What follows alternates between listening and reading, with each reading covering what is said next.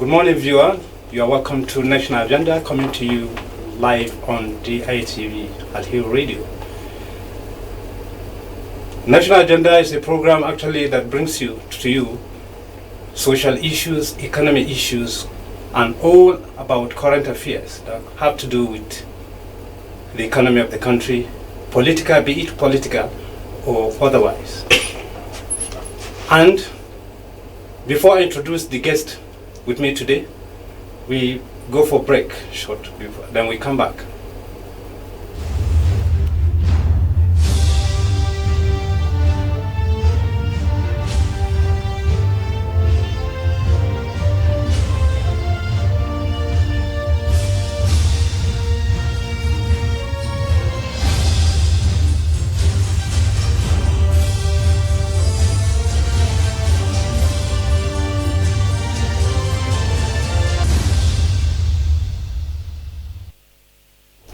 Welcome back.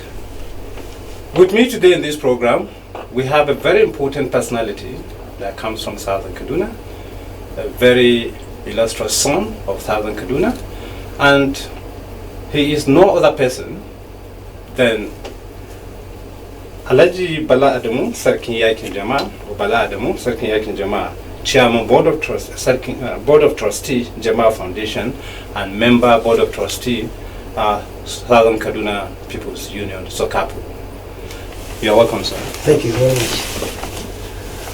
How has been the weather? Well, the weather is fine and good. Thank you, sir. Yeah. Okay, today we are going to have a discussion on issues concerning insecurity. As you all know, insecurity has been the menace that has been developing this country for a while. And today, the guest is going to talk about insecurity as it affects the country. This has been a talk of the national issue that people are always talking about, which actually is almost bringing the economy down, or has almost brought the economy down.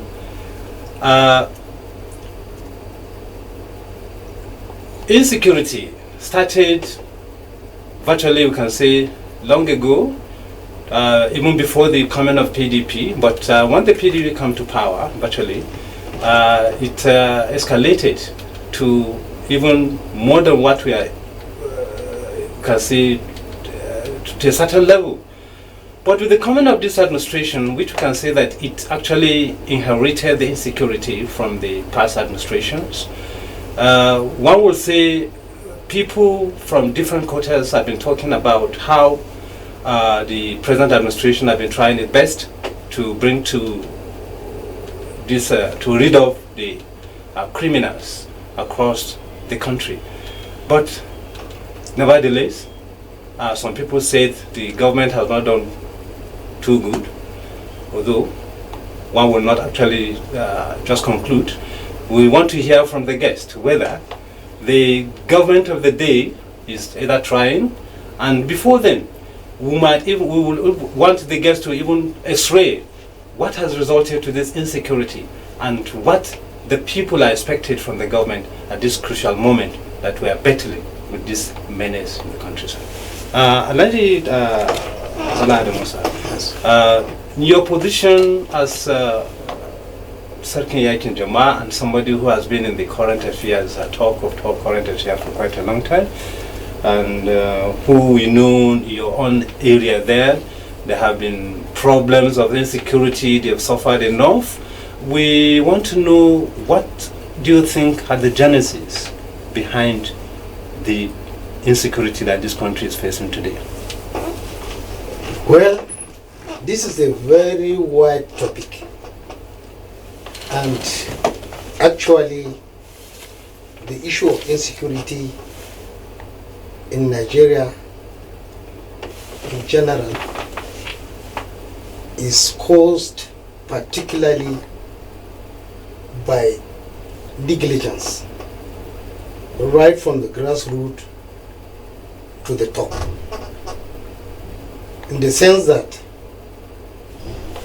previously in every community we have a system, we have a setup where anybody that comes into that community is being identified, monitored, to ensure from where he has come from, what he has come there to do, and people will know exactly what that person is up to in that community. Because the moment you come to a community, first and foremost, we have a system which we have the Miangwa, the Degachi, the district head, and to some extent the chief or the EMA. In every setup, when any stranger happens to come to a community, he is normally taken to those traditional leaders, where they will just interview him, x-ray him, and know exactly where he's coming from, why he is there. He's coming there on transit, or he's coming there to stay temporarily, or he wants to stay there permanently. And based on that, he's linked to certain members of the community. For instance, if he's a mason, we have what we call Sarki Majina. If he's a farmer, we have Sarki Noma. Any trade that one is engaged in, there is somebody that oversees that thing traditionally or locally. But unfortunately, this system has been abandoned completely and is neglected to such an extent that the system, the traditional system, is being just, I can simply say, abrogated or brought down to nothing. Nobody recognizes them, nobody even assign any responsibility to them. As such, people come in and go out unnoticed, nobody cares, and such situation precipitate that kind of insecurity and so on and so forth that you get from the community. So that is just the foundation. Now, coming back to even recent development that we are talking about, the herders, farmers clash that led to even banditry. In reality, these herders, it is not today they are in Nigeria. They have been around for centuries. They normally come and go. Some are permanently resident in a particular area, but traditionally they normally come from other areas, come during the dry season to an area where they know they will get greener pasture for their cattle. They come when the rainy season started in their area, now they migrate back. That transition is taking place around March, April every year. Okay. So in reality that has been on. There are identified cattle routes that we have, but development and population has now come, and those cattle routes and so on are being encroached to such an extent that they cannot be able now to be passing to where they normally go for sanctuaries. And as a result of that, you find people farming on the cattle routes. And by implication, automatically, the cattle now are bound to go and encroach their farmlands and destroy some of their crops. As a result of that, you have clashes. In those years before, we normally have that kind of situation. The Fulanis, or the herders if you want, normally they assess the damage done by the traditional authority that is there. They compensate the farmers. Okay. As a tradition, it has been all like that. There is a kind of local arrangement or local way of settling that kind of dispute. And sometimes even in the night, if it so happen, if the farmer comes back in the morning to his farmland, he may find a goat or a small cow or whatever, depending on the damage done. They will assess it, then they will keep the animal for him as a compensation. Okay. But this issue now is no more there. So it is just gradually manifesting gradually. As a result of that, clashes started to continue to happen.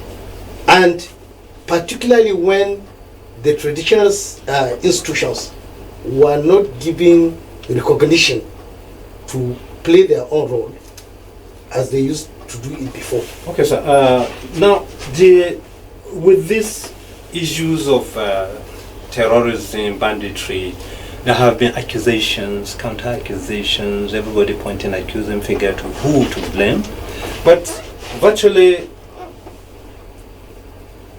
is that the right thing to do, to continue to actually pointing accusing finger to one another without addressing, finding lasting solution to this. I thought it should be a kind of coming together, rub minds together on how to address, and not continuously pointing accusing fingers. We've had cases where people are just picked, and sometimes at the end they are exonerated, and then you see them back to the community, while some virtually they are physically, we can see they have hand in such things, in such allegations. And when they are taken, the security actually apprehended them. After some time, you see them in the midst of the people again. And we say we are fighting insecurity. Is that what it should look like? No, it shouldn't be like that. Okay. You see, the characterization of a particular section of the society, for instance, to say Fulani, for instance, is not every Fulani that is a criminal. Of course, there are criminal elements among them, like any other ethnic group in Nigeria. But in reality, this thing has come to fore with the recent development in this country, because things happen without action taken from the authority. For instance, like we have mentioned, if somebody was arrested for an offense committed, instead of that person to be taken to court for prosecution, so that it will serve as a deterrent to others, so that that thing doesn't happen again. Unfortunately, like you have mentioned, for whatever reason, that person tomorrow is seen on the street. Somebody come and damage my crops. I reported him. He was arrested. I was not compensated. I saw him moving around. Tomorrow he will go and commit the same atrocities. By the time that thing continues to happen on and on and on, the next thing that will happen, people now will resort to self-help. Self-help in the sense that taking laws into their hands. So which is so unfortunate. So the government or the authorities should be up and doing to see that, look, the foundation of peace is justice. In the absence of justice, you can never have peace. Anybody that committed an offense, it doesn't matter who, the law is an ass. It doesn't care your color, your religion, your race, and whatever. The law should take its course. Once you are identified, you committed an offense, you should be taken to the proper court of justice, get judgment, get the appropriate punishment. That will serve as a deterrent so that somebody will not go and try that kind of thing. But the negligence that we notice, and particularly our judicial system, sometimes a case that can be decided within a week or two, lawyers will begin to bring technicalities. Such a case may linger for years, 5, 10 years, without coming to conclusion. It's unfortunate. We need to look at that area. It's very, very important that there are cases that can instantly be treated and disposed of without delay, so that life should continue and people should know that justice is done to them. In the absence of that, definitely you are inviting people now to start thinking of taking law into their own hands. And this is what is leading us to where we are today. You are on to National Agenda, coming to you live on DITV Al Hero Radio. Sir, some people look at the mode of education in Nigeria is another thing that has contributed to insecurity. In those days when we went to school, you find that virtually we have a boarding school, which is virtually very important for an individual, be it a student, a junior or senior, to have respect for the rule of law of the school. But today, there is nothing like that. You virtually cane a child, and if a teacher can a child, he cries to school, and the parents come to school and molest the teacher or the lecturer or anybody. You understand? So we can say the issue of insecurity also starts also in the school. Can we say that?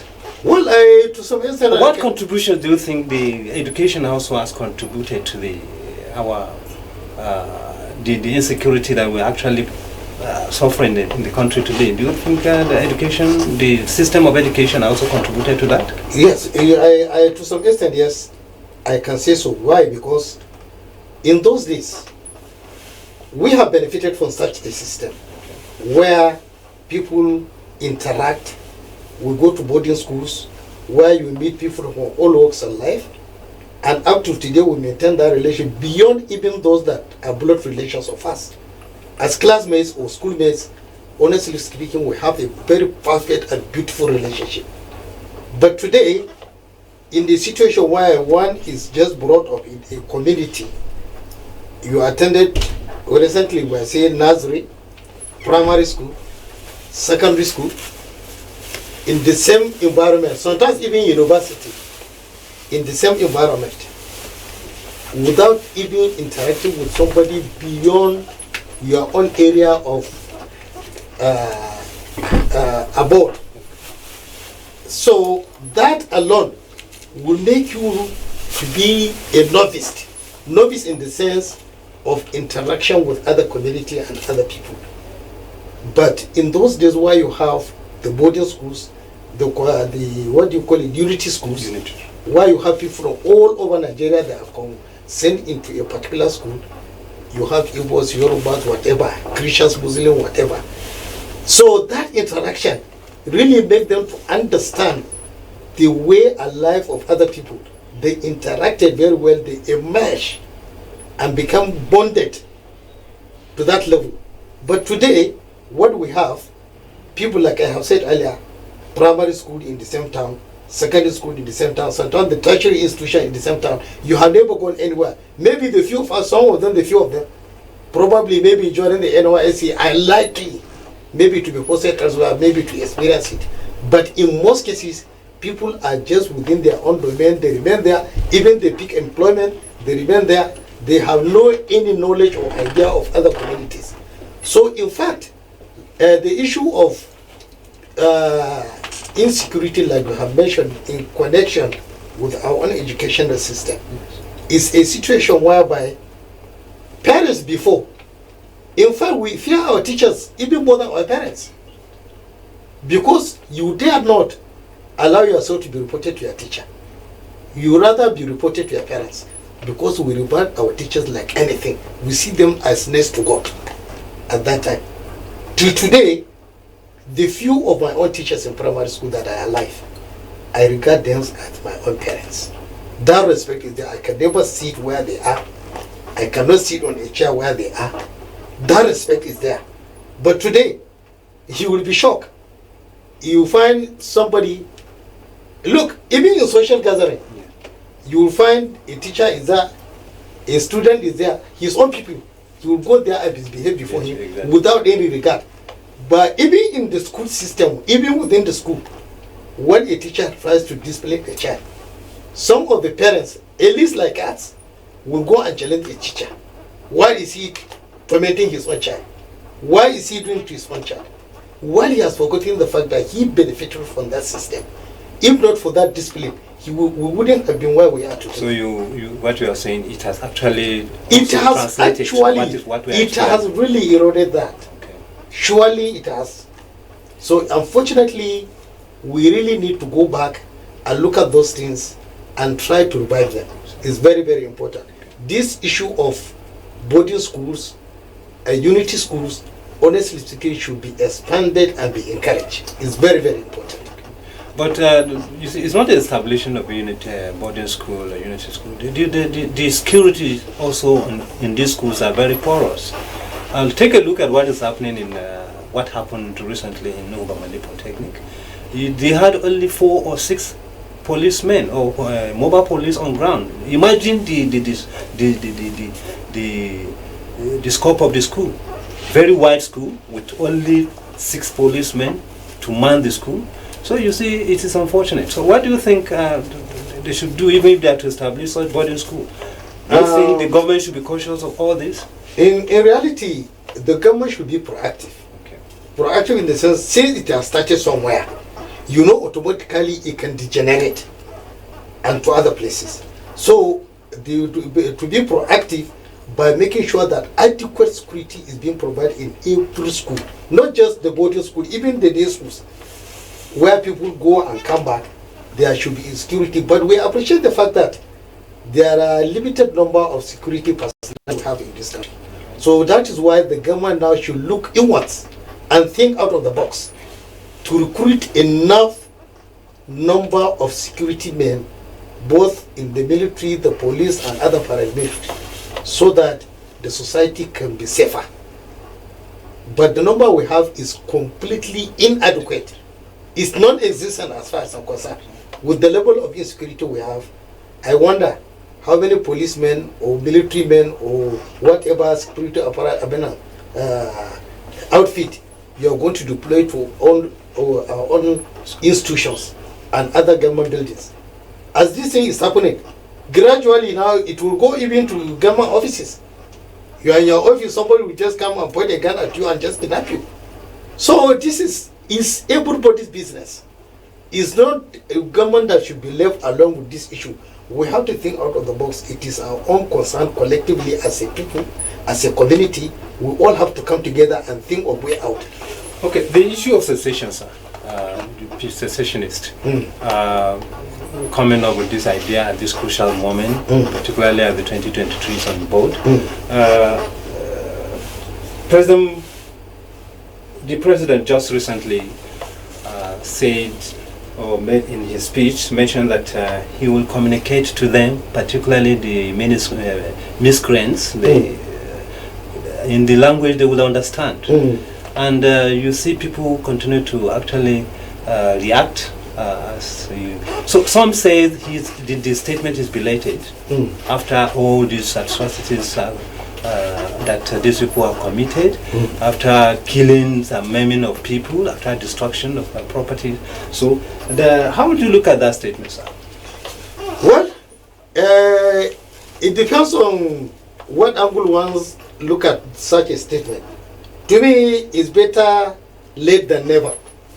It's very, very important that he mentioned that. And this is what is expected to have said. He's expected to have said long ago at the insertion of that thing. But mark it. Fundamentally, when these miscreants started all this, let's even go back to this NSAS matter.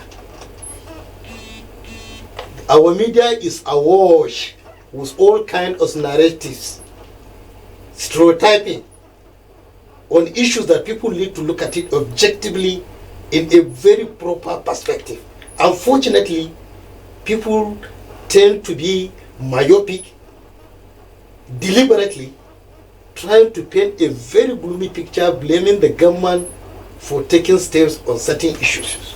The reality of it, no government in the world, in the entire globe, will fold its arm and see people are being maimed, killed in the name of protest or looking for your own pressing for your own agitation. Where your right stops is where others start.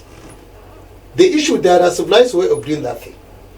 We have National Assembly. We have our Constitution. We have representatives there. We elected them. And we are operating within the ambit of that Constitution. Any community, any section of the country that have an issue, they should channel it through their own representative. If they cannot do it, they should bring them back home, sat them down in a village square or town hall, challenge them. This is our issue. We want this, we want this, we want that. You are there sitting down, warming the sea without presenting our case. That is why we elected you doing that. Now look at it. Even this secessionist issue you brought in the southeast, their own elders, their own leaders, initially, they just kept quiet. They took it for granted. As, to me, silence is consent. To me, they have endorsed what those miscreants were doing. When they realize later the thing is getting out of hand, and they are now becoming victims as well. Now, they now started having a rethink. Now trying to bring negotiation and dissociating themselves from this, from that, from that. The fundamental issue is, it is an elitistic affair, selfishness of the politicians or the so-called elites. When people are in a position of power, They kept quiet, do what they like. By the time the law's out, they now begin to look for ways and means to make themselves relevant. They are not talking out of mandate of their own people. Okay. It is their own selfish agenda they just brought together as a group and started talking. If people will go back to their community, if there will be referendum, you will be shocked. Those people talking, nobody will even listen to them. They even cannot even go to their village. So the reality of it, the government should really be up and doing and make sure the right thing is done. There is nothing wrong for one to air his own view, like we have the freedom of speech, freedom of information or whatever. It is in order. They are all right, yes. Demand, but do it in a very civil way. Not just to come and obstruct people, kill people, destroy their property in the name of agitation. Where no government on earth will allow that. Even the US that is more advanced democracy than any other country in the world, they can allow this. Yeah. You can see what is happening even in US. Nobody, no government will fall Islam and say, do what you like. It's not possible. Look at it. The recent issue of this Twitter and whatnot. If not for height of irresponsibility, an outfit that will go and delete a message passed by a country's president, you delete it with impunity. One government decide to take action, people are blaming the government. It's sad. It's sad. So why do you think the people should No, look, do? the issue is now is that this is the president of a country. What is happening is something that will really destroy this country in totality. Yes. The president is now trying to say, look, this should be stopped. And these people, if they don't stop it, like they have said, I will talk them into the language. And now they look at it as a hate speech. While the corresponding issue of those people who are making that decision, they have said worse things in millions of words. And those outfit, the Twitter, has not seen anything wrong with that. That is sad, yes, and unfortunate. So police said Nigerians are not patriotic enough? Absolutely. I will not say we are Nigerians are not patriotic. Because if you have been in other countries, they will come out to demonstrate, show the whole world that they are not happy. Some of us are patriotic, some are not, but the majority, the issue is the elites. I'm telling you, the elites. If you have issue, or if you hate the president, Yeah. you should not destroy the country. We don't have any other country than Nigeria. If we destroy it, then we suffer it. Those people will just fly away. But the issue is we have to be patriotic. We have to show commitment. We should respect our country. We should respect our leaders. There are no sense, okay? But fundamentally, we should rally around our government, particularly on issues that will bring national unity, cohesion, and security. It's very important. Okay, let's take one question before we actually release our lines for people to call in. The question I want to raise here, you heard what the governor of Kebbi State just said. How do you, over the fact that he said he's very ready to go into the forest with the hunters to mobilize and go into the bush to get these children or to get the bandits? So how do you compare contrast this statement with virtually what is happening in most of the states that are prone to this insecurity? You have Kaduna, you have Katsina, you have Zamfara. Do you think he is right in that direction? To me, as a leader, Yeah. you are supposed really to put your life on the firing line to protect your people. I salute his courage. Even if it is just a political statement, I salute him for doing that. And this is what I expect every governor, every community leader to do. Because this issue is beyond the issue we think of the army, the police. No, it's everybody's concern. And I hope he will back it with real action. Let everybody mobilize. These people who are committing these atrocities, they are human beings like us. They are not different from us. They are not angels. They are not demons. They are human beings like us. So let's go and face it. Because the moment you just sit down because you run away, you fear, it will catch up with you wherever you go. Now they are doing it in the outskirts. Gradually they will enter the main cities. Zaria now is on fire. Have you heard of that? Yes. So if we don't do anything, if we don't take action, this is what is going to happen to everybody. We don't need to fear. This is just one. You will die, whether you like it or not, whether through bad treaty or not. One day you will die. And you can never die till your time comes. Yes, sir. So the issue is, what the governor of Kebbi State did to me, I commended him, I encouraged him, and let others follow suit. And let everybody in every community where we have this kind of crisis, let us mobilize. Let's move. Okay, thank you very much. You are still on to national agenda on GITV Al Hill Radio, coming to you live here located at Sokoto Road here in Kaduna. We are now going to actually release our lines for people to call. Let's hear their comments, let's hear their reactions. We have 081 4568 7335. I take that again. 081 4568 7335.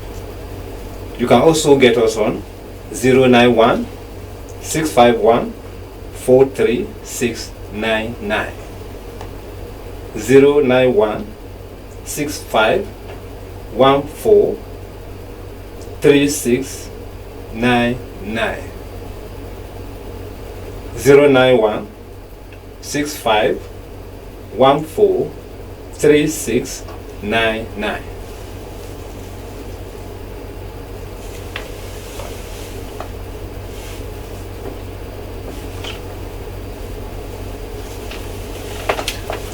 Okay, we have an incoming call. Yes, hello? Sorry. Okay, sir, we missed that call. Sir, you are talking about what the Governor Bagudu actually did. Hello? Good morning. Okay, we lost that call again. What actually do you think will be the solution by all the governors to rally around to see that they tackle this issue of insecurity, particularly the states that have The challenges. challenges? So to me, it should be a stick and carrot approach. Where you have some of these miscreants that are willing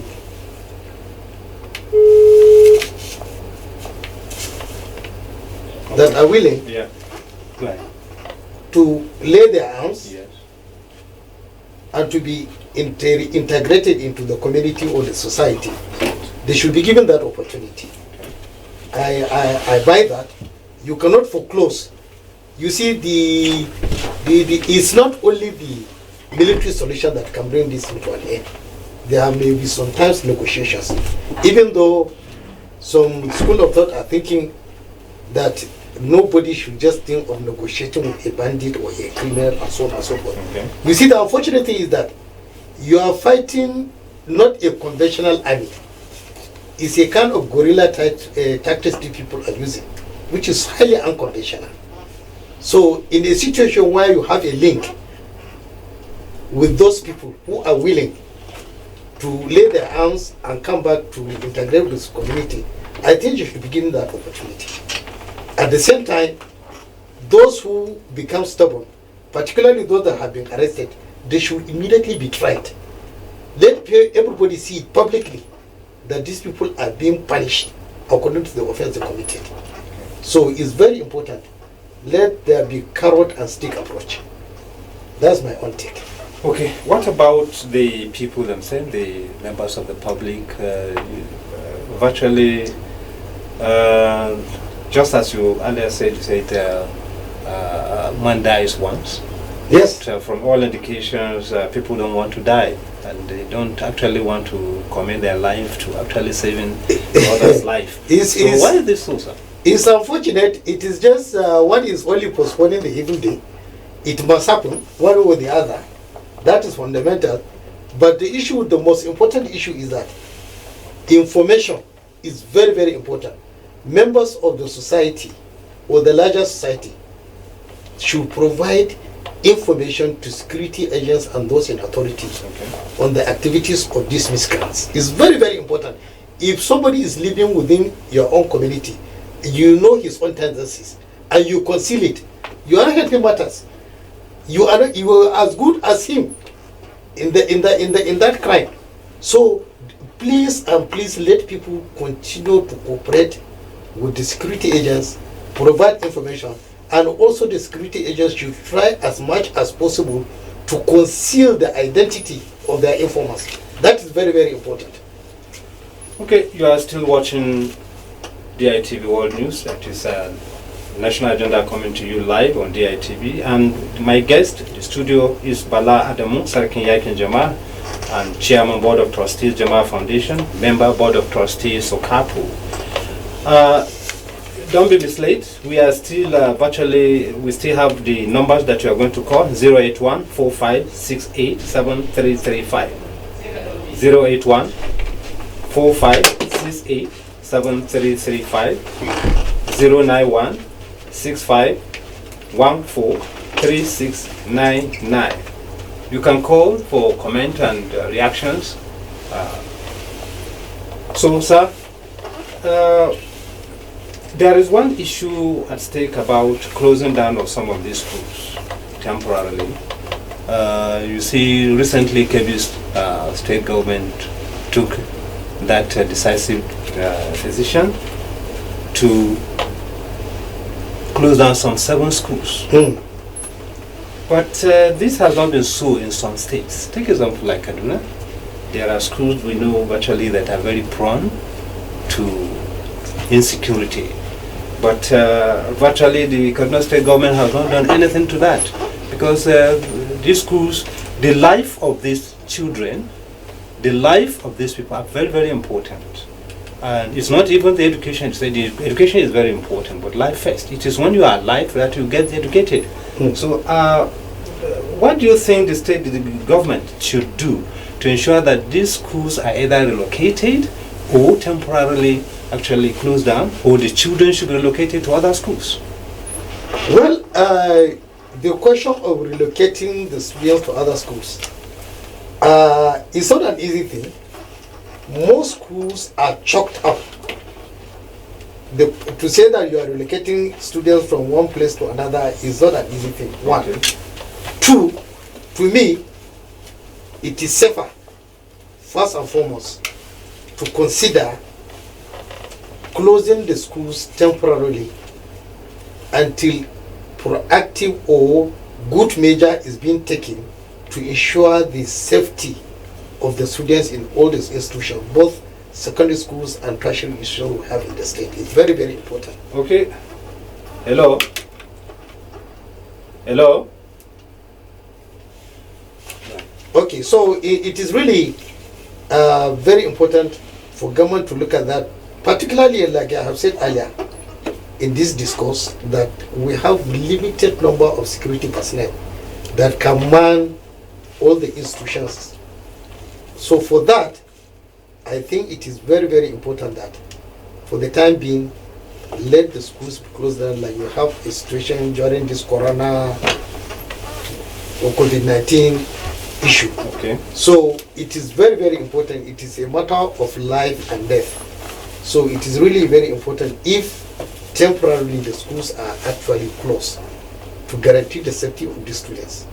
Maybe by the time situation improves, all necessary arrangement has been made to protect them. They can be brought back and arrange way and means to cover what they lost during the period of closure.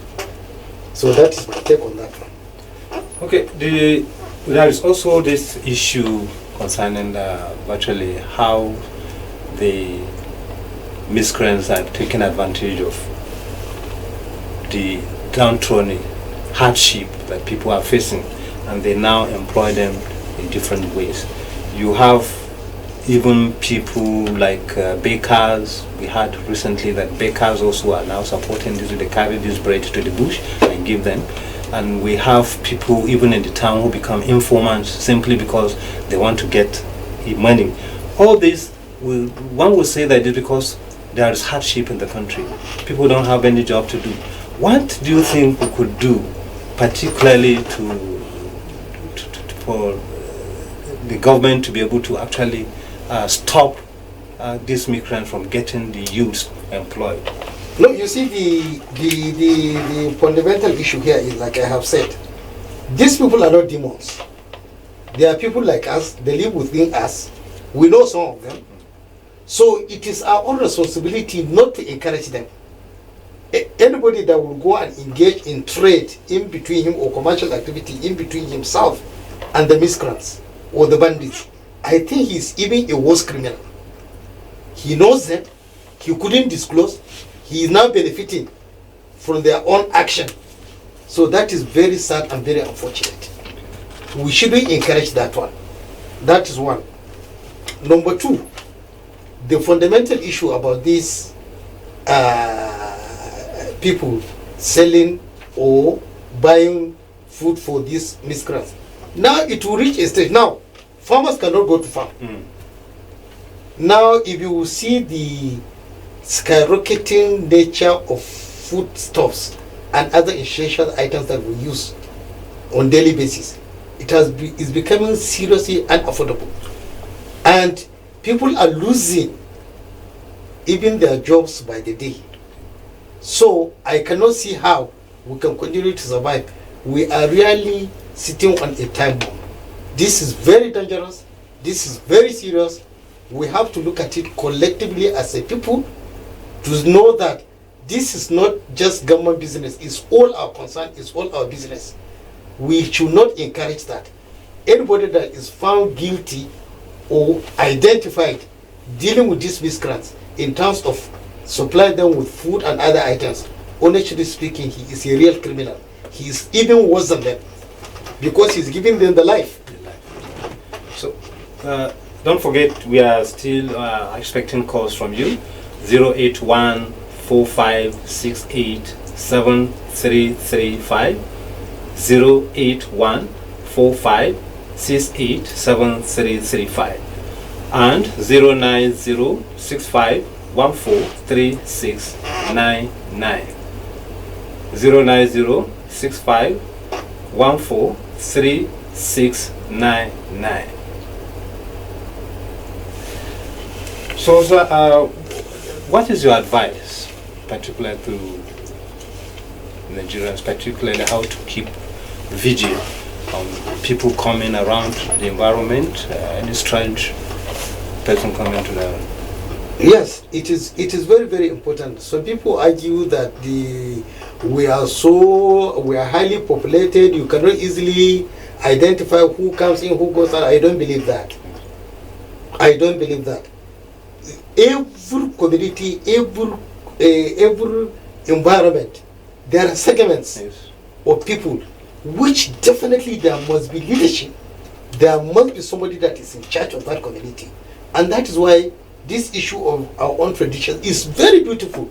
You have the Wathead, Meangwa, you have the Degechi, you have the Hakimi, that is the district head, and the highest district is the chief or the emir in any chiefdom or emirate. So for Hello. them... Yes, wa alaikum assalam. Who is on the line? Something. Okay. Yes. So, like I was saying, they should employ more, appoint more, encourage more, empower them.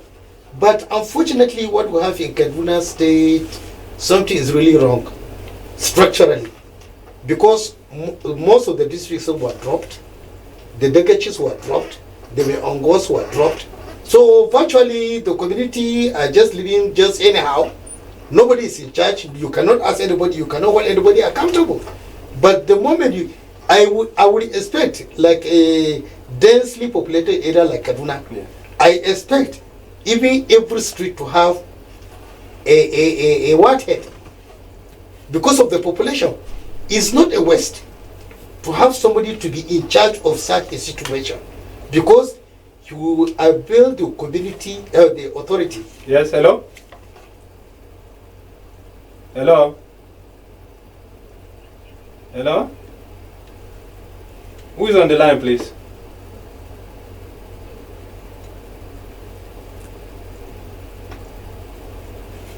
You will avail the community, those in authority, with adequate information about the movement of people. For example, as a landlord, anybody that comes to look for a rent in your own part of property, yes. One, you should know that person, where he's coming from, his own occupation.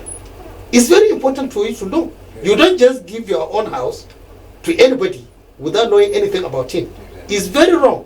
Before you, in those days, nobody would come to take a house without such adequate information about him, what he does, his movement, and so on and so forth. But today, who cares? Hello? Hello? Who is on the line? Please reduce. Hello? Okay, so we've been talking about insecurity on national agenda, coming to you live on DITV. You still have some numbers that you are going to call on those, 08145687335 and 09065143699. So we all the main. Some of the issues on this insecurity could also be the fact that many people do not have 3 square meals before them. You see skyrocketing of prices of foodstuffs in the market, and this has forced people to do one thing or the other in order to make ends meet.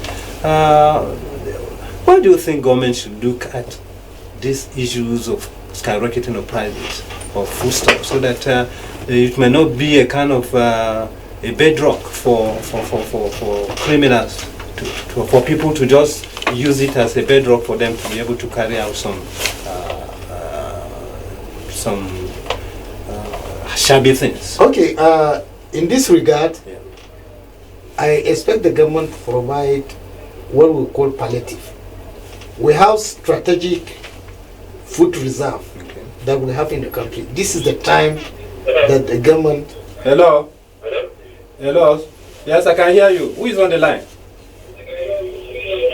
Hello, good morning. Good morning. How are you? Am I calling the ITV? Yes, you are calling the ITV. Yes, you are on the line. Go ahead. Go ahead. My name is Adu. Okay, Aliu. Yes. What is your contribution? Calling from Badarawa. Okay, sir. You are welcome. Go ahead. Good morning, sir. Good morning. And our guest. Good morning. Yeah, my take on this insecurity. Actually, we need to do something. Okay. As a citizen. Because sometimes you'll be seeing things will be happening and you cannot even say anything. You just pass and let it happen. You don't care. Because maybe it's not affecting you. Yes. So I think that was the reason. We do go, like me, I go to like Niger, Benin, Togo. I see what is happening. There was a time we were coming with the car. Okay. Our car got spoiled and we parked in front of someone's house. Yes. The next thing we had, it's not up to 20 minutes, we now saw police came. The owner of the house called police for us. He said he doesn't even know us. Yes. We just park our car. We have to identify ourselves and we told them we first bought car from the territory where our business we should have because that is the end of it. Exactly. And that's why anytime we need to know our problems.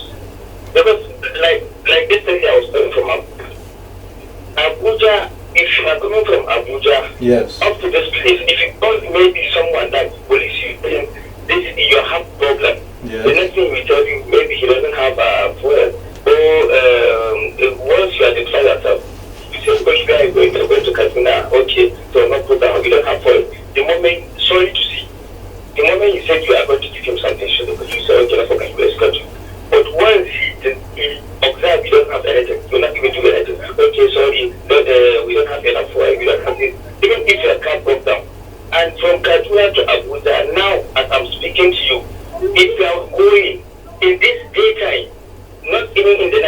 Yes. You will see checkpoints, more than 30 to 40 checkpoints. They will be stopping you on the road. And they will be collecting money openly. And we are saying this is our country, this is our society, this is our people. We are protecting people's property, life and property. Yes. We need to, at least know our problem. And we need to, we don't have this country, and that's the honest truth. Okay, thank you very much, Aliu. Aliu from Barnawa calling. Thank you very much for that contribution.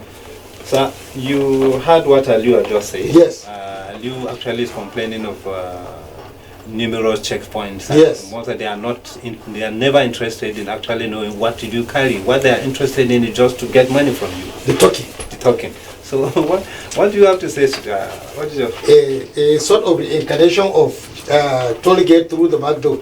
In any case, to me, I don't really fancy checkpoints. okay? What I expect the security operatives or security agents should do is patrol in beats.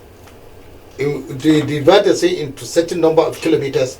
Some are going, some are coming on a regular basis, continuously. This is the only way to safeguard. Hello? Hello? Yes? Who is on the line, please? This is the only way to safeguard the safety of the commuters on that Kaduna, Abuja road or any other road that is being identified with this kind of threats. Because if you just rely on checking points, if you stop me here, I pass, in between this checking point and the other one, anything can happen to me. Nobody knows. Exactly. So the important thing is patrol. Government should really provide enough vehicles, foiling allowances to the security agents.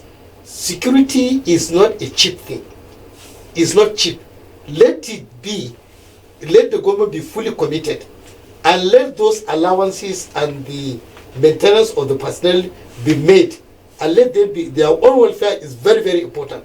Let them be well equipped, giving enough welfare, and they should be patrolling on regular basis.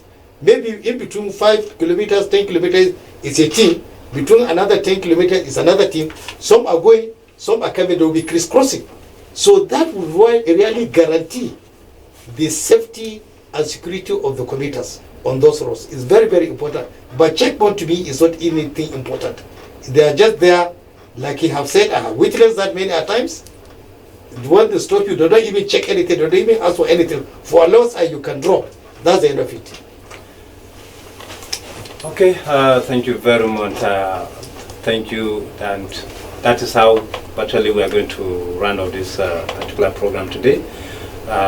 Do actually stay tuned for another program next week. I am always yours on behalf of the guest we have in the studio, Alaji Malam Bala Adamu, the Sarki Yakin Jama, and all the engineers we have in the studio, the TC who has also contributed, Son Kota, towards bringing you this program live. We have somebody who is also actually with us. He is very friendly to the program. He has been doing his best. Then on behalf of the whole crew of News and Current Affairs, the producer of the program, who is Yumi, I am Umar Muhammad saying happy viewing and goodbye. Thank you very much.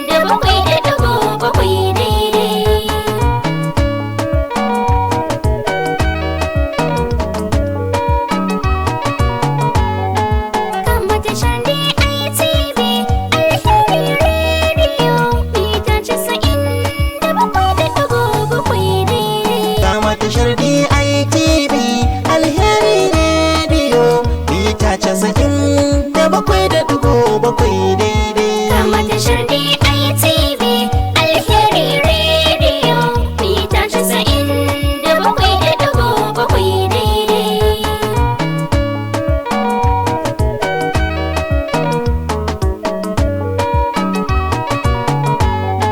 Kama tashar DITV Alheri Radio mita 97.7 daidai. Ni da sunan jallalla ya tabaraka gatana, ka daɗa wani ilhama zan tsaro baitina, da fikar salatinka a gurin abban nana, Muhammadun Rasulullah bin sunnar kafa ne daidai. Kama tashar DITV Alheri Radio mita 97.7 daidai. Assalamu alaikum sallama zan farowa farko, jama'ar muku saurara na kawo babban sako, ga alheri DITV alheri ya zako, murdo kamo saurara tsarinsa akan daidai. Kama tashar DITV Alheri Radio mita 97.7 daidai. To, ita tsamagiyar ta yau dawa-dawa za a tsutsulawawa. Za a tsula ta ne akan masu ha'inci. Mai tauye mudu ha'inci ne Allah ya hana. Ma'aikata masu zuwa wajen aiki a makare su tashi da wuri za ku haɗu da Allah. Masu gidan mai ku zuba ma wani mai akan na wani ha'inci ne. Kai ma magidanci da kakici da gidanka kana da abin ciyarwa za ka haɗu da Allah. Ko ba ku ji ba da ku nake na bakku da wannan. Wannan saƙo ne daga tashar DITV Alheri Radio. Ita tsamagiyar ta yau akan wadawa ka shashshauɗa ta ne. Zan shauɗa ta ne akan masu shagala ga tuba. Ka san saɓan da ka yi jiya? Kin san saɓan da kika yi jiya? Kun san saɓan da kuka yi jiya? Ku gaggauta tuba ga mahaliccinku. Da ku nake. Ko ba ku ji ba? Da ku nake na bakku da wannan. DITV Alheri Radio shirye-shirye kamar kai da kanka, labaru kamar a gabanka ake yin su, kiɗa kuwa kamar ka tashi ka taka. To, ita tsamagiyar yau akan wa dawa ka ɗaga ta. Zan tsabga ta ne akan ku iyaye. Kun san inda 'ya'yanku suke a yanzu? A wannan lokaci kun san inda yaranku suke? Kin san inda 'yarki take a yanzu? Dole ne ku tantance da wa 'ya'yanku suke mu'amala. Tarbiyyan 'ya'ya wajibinku ne, ba wanda zai muku sai ku.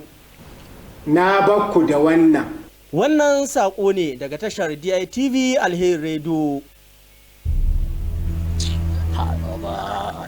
Yawa ne ba, ka san bana ba harka. Wallahi ma ne yunwa nake ji. Ni kai na yanzu ai sai a hankali. Yau haka na tashi. Ni sai a hankali ne kawai. A mutsa nake. Wallahi yau duk wanda ya kuce ko menene sai mun kwaci. Kuma har yanzu a ce ba kai ga wata can. Kamar fa waya ce gare ta. A ba da Allah ai wannan ram kenan. Waya can fa za ta yi kuɗi da yawa. Gare ta zo ba matsala.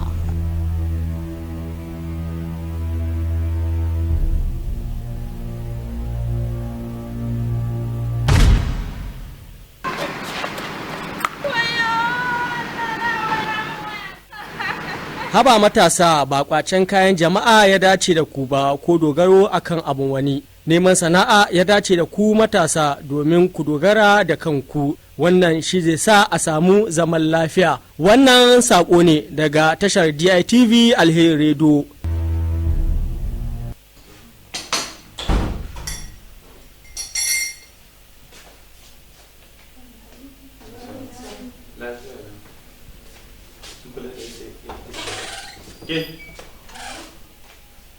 Daga ina yake? Wannan sakalci? A gidana? Mai gida? Wannan ai maganin tari ne. Eh, maganin tari ne. amma ai likitoci su suke fayyace wanda zai sha da yadda za a sha, amma wasu gurɓatattu suke mai da su kayan maye suke shan su ba bisa ka'ida ba. To gaskiya ba zan lamunta ba. Inna lillahi wa inna ilaihi raji'un. Karan ƙara ganin ta. Ba za ka ƙara fita ba in Allah ya yarda. Na ba yana Iyaye, ku kula da 'ya'yanku. Masu ɓata mana 'ya'ya ba wasu bane daga waje. Suna nan a cikinmu. Kun san su, ka san su, ke ma kin san su. Na barku da wannan. Wannan saƙo ne